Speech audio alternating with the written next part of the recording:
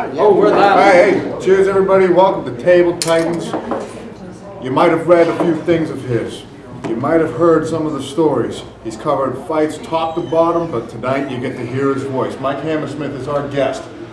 Welcome aboard. Oh, look at that. Look at that. The man with the sandwiches and the plan. And as always, President of Cage Titans, Mike Bolvere, my commentating partner and undefeated professional. Bantamweight, moving to flyweight soon, Rich Santiago. We're here for a great night. Twisted tea. Yeah, we got him drinking tonight. Yeah, it's a good thing you're not fighting for a bit. So, Hammersmith, thanks for making the trip down, man. It's a pleasure to have you. I've read all of your fight coverages, but the last show, you were just a spectator. What came up? Tell us about business of booming, why you had to take a break, why you had to sit back. Yeah, bought a house, looking to start a family. I own a restaurant with my wife, and it quadrupled in business in the course of a year, really out of nowhere. So something had to give. I looked at it. I've been writing 11 years now about MMA, from doing international stuff, then coming down to the local scene, working on that. So figured I'd just kick back, go to the shows, have a couple slices of pizza, and not break a keyboard. And don't pretend you didn't have slices of pizza when you were ready. well, I had to multitask. So now I got more room in front of me for the slices of pizza. I don't have a laptop. So See, we crush candy when we're commentating. Yeah. We don't get no pizza. Wish I could. Hint, hint. No. Don't give me the pizza, because that'll be I'll be talking with my mouth full. Mama told me not to do that. I got a question. Obviously you've been writing for a long time. I'm always intrigued on the backstory, how people get involved. What got you involved? Obviously you're a gifted writer, and I'm assuming that you didn't just love MMA and then become a gifted writer. You must have been some sort of writer and got into MMA, but how did you kind of come to this? I've always done writing. I wrote my first book when I was 7, a little mystery, but I was mostly like fiction a lot growing up, fantasy stuff. And you can kind of see that in my writing. I have a kind of eclectic vocabulary, so I use words like sunder, sundered his leg with a whirling leg kick. Thunderous grounded down. Yeah, rebuked his takedown. I like you to pick up a dictionary every once in a while and expand your mind a bit. Yeah. But I always was into writing. Was always an MMA fan too. About 2004, avid fan since UFC 1. Fantasy MMA became a thing. And this was in the era of where before social media, there's still the forum. So MMA forums like Sherdog, still the biggest one.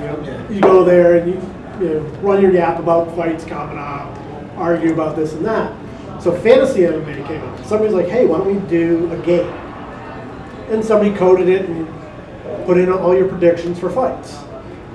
And something I was really into. I was always pretty good at reading movement, figuring out who's going to win a fight. So my thing was always, if you write something, you can kind of see your own bullshit. So if there was a fight coming up and I wasn't sure what I wanted to pick, I'd sit there and I'd write about, here's what's going to happen. Mac Danzig is going to go after Clay Guida, he's going to do this. That doesn't make any sense. Now that I've written it down, I kind of see a different angle to it. So I just used it to kind of set up my own thoughts for fantasy MMA, which was on the forum. So then I started sharing out what I wrote. People enjoyed it, so I started writing for websites. Because I have a lot of technical knowledge.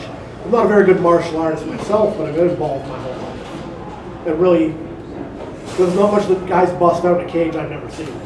An Otsuke punch or a Granby roll or whatever. I know what it is. So. No, You know what that stuff is? Spelling, if I can't spell it, I can't.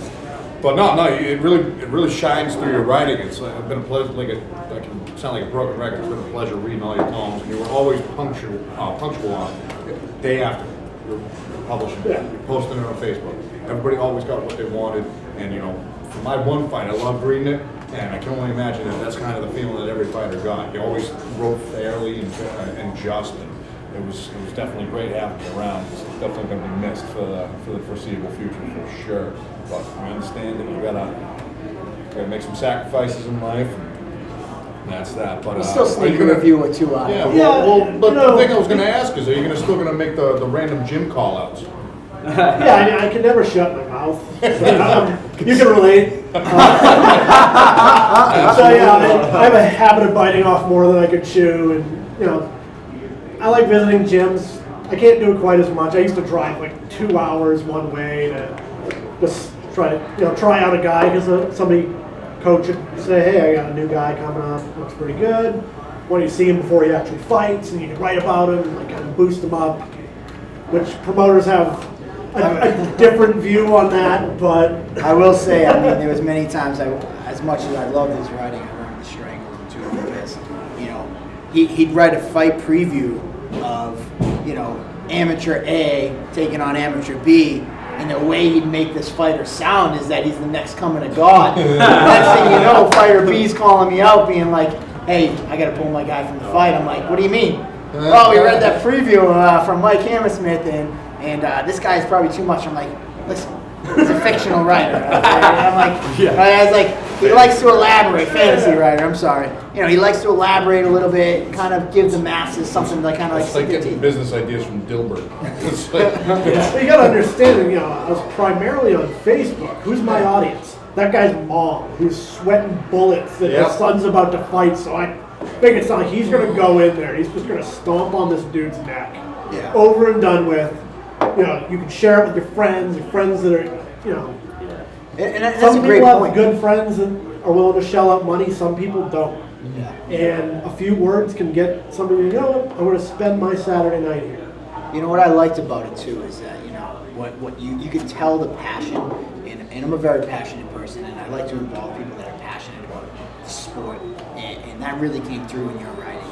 And you took the time. It wasn't your just typical fighter X fought on last show. He lost via submission. Should be a good fight. And I talked to these guys extensively about it because now they're in a role where they've been doing commentary for the last 3 or 4 events, and it's like, what do you say about a no fighter? And you kind of, you're lost. You got filler time when you're commentating that, like, nothing's going on. You got to kind of throw some things out there, and it's tough when you got some of these guys. And that was just a unique skill that you had that would bring something out of everybody, whether they were 0-0, and you wrote about that same 0-0 fighter the same way you did about that next guy who's making the UFC. And that's how we like to treat our people at Cage Titans, is that, you're just as important if you're a 50-year-old guy doing this off your bucket list, or you're, a guy who could be in the UFC next year. And that was something that you did really well. Yep. I got a follow-up question. We said we were going to let Richie do some more talking. I had a question. Go ahead, you got a question. You go. I got one too. Say, back when I was an amateur, the number one thing from you that I know myself and a lot of fighters always look forward to and always stayed up for was the Mike Hammersmith rankings. So tell us a little bit about your process of ranking guys. All right, so rankings came about. unofficial. Yeah. Oh, Now, the funny thing is everybody looked at your rankings more than anyone else. I'm well more aware of sense. this. My, Oh, yeah. my bullshit rankings that had made more more sense hits. than the professionals. Yeah, well, yeah. We're talking to you, the state. I came to local MMA after doing handicap, which is sport book gambling. And that's actually how I floated my restaurant the first year, is I handicapped fights for people overseas who didn't have time to, the sport book thing works, it's like boxing, then it's UFC, and it's Bellator, and then it's like whatever other events. So guys have a lot of work if they're gonna bet on all these fights, and there are dudes that do this for a living. But then they pop up other events like Invicta, ONE FC, like random stuff in Europe. So I would sit down and I would do those, and I'd sell effectively predictions to these people who would then bet on them and then cut me in on the money. So I wasn't gambling. Technically. You were just writing Allegedly. to help the gamblers. Yes, exactly. Loophole, I like it. Yeah. I like it. Plus a pen name, who knows who I am, right? Yeah. Anyways, We know who he is. Now we We'll know. tell you where we are right now. Now we know. So anyways, gambling isn't just wins and losses, it's odds. So I always looked at fights as like, okay, this guy's about a 60% chance of winning. 30% chance he's going to knock him out. 30% he goes to decision. The other guy, 10% submission, 30% decision, whatever. So then I started looking at local fights after I was talking to a guy, Nuri Shakir, who, like, local legend. And rankings came out. I was at his gym. He's like, these make no sense. And he started going through the list. He wasn't on there because his record's 18-22. He's also fought 15 UFC fighters, 12 championships. He'd fight anybody. So he's like, you honestly think I lose to number 10 guy? No. Number 9 guy? No. So what does this even mean? Are you saying that these guys are better than me? Because they're not. Like, that's a really good point. So we already have Tapology. They have their algorithm that sorts the rankings. Mass MMA does a very traditional win-loss ranking. So I started looking at it like I would as a betting man. Like, okay, so if this guy fights this guy, I don't care what the records are, it's skill sets, it's styles. Who wins more often?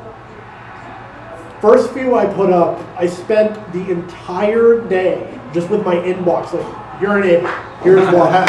Okay, the guy's manager's like, how come my dude's not on the list? You're gonna put him on the list. You're a fucking moron if you don't put him on the list. He beat this guy, like, it got to the point where my wife is like, don't do rankings anymore. I'm sick of looking at your Facebook and just seeing like 300 messages, people screaming at you. But, it's a different way of looking at it. You don't have to agree with it. Yeah. And if you go back, I'm usually right.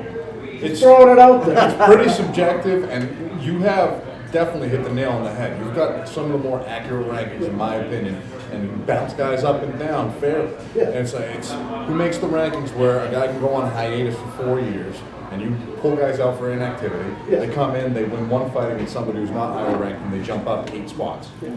It happens. You see it happen all the time. The guys will lose 3, win 1, and then jump back up in the top 5. And you never did that. You were very fair. You were unbiased. You picked on skill set. You picked on what have they done lately. You picked on their activity. You picked on who they have beaten, and what the probability of beating the other people are. It was always just fantastic to read those articles. So, and honorable mentions. You always had some good ones in there as well. So. No, it's definitely a good way to look at it, and different, and it got people talking. I mean, listen, there's clickbaits and all this stuff. I mean, it gets people talking, it gets a dialogue going, and and maybe good conversation comes out of it. Maybe fights got made out of it, and for me as a matchmaker promoter, it was a great way to promote some of our fighters. Like, hey, listen, this guy's ranked number 2, by Hammersmith, and I can promote the fact that he's ranked number 2. So it helped us out. I had one more question. When we're gonna make it quick, we got 30 seconds left in this segment. Out of all your call-outs, who was the guy that when you finally got to grapple with him, you were like, oh shit, I shouldn't have called this guy out? I mean, that's basically everybody. I'm not good. I will say, Big Jeff, I'll butcher his last name, Swavulin. Sorry. You can't move him. You can't move a leg, you can't move an arm, you can't move his head. That's a big dude. And luckily he's a super nice guy. Because he put me in a can opener once and he could have folded me like origami, and he was just, he got the tap and he was cool. But yeah, walking up with that guy, that was a definite fear of God moment. He could accidentally kill me. All right, ladies and gentlemen, that's going to be the conclusion to segment number 1. It was a fantastic segment. I loved hearing the backstory and whatnot, but we'll be back after a brief word from our sponsors that don't really exist, but we'll be back in a minute.